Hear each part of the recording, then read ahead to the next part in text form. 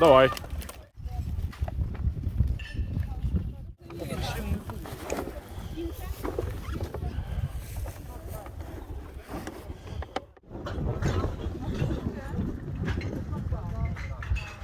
Стільки сміття зібралося за 2 дні на екопікніку чисто де.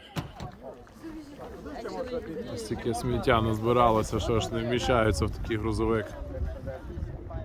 Прибери Карпати! Як у себе біля хати!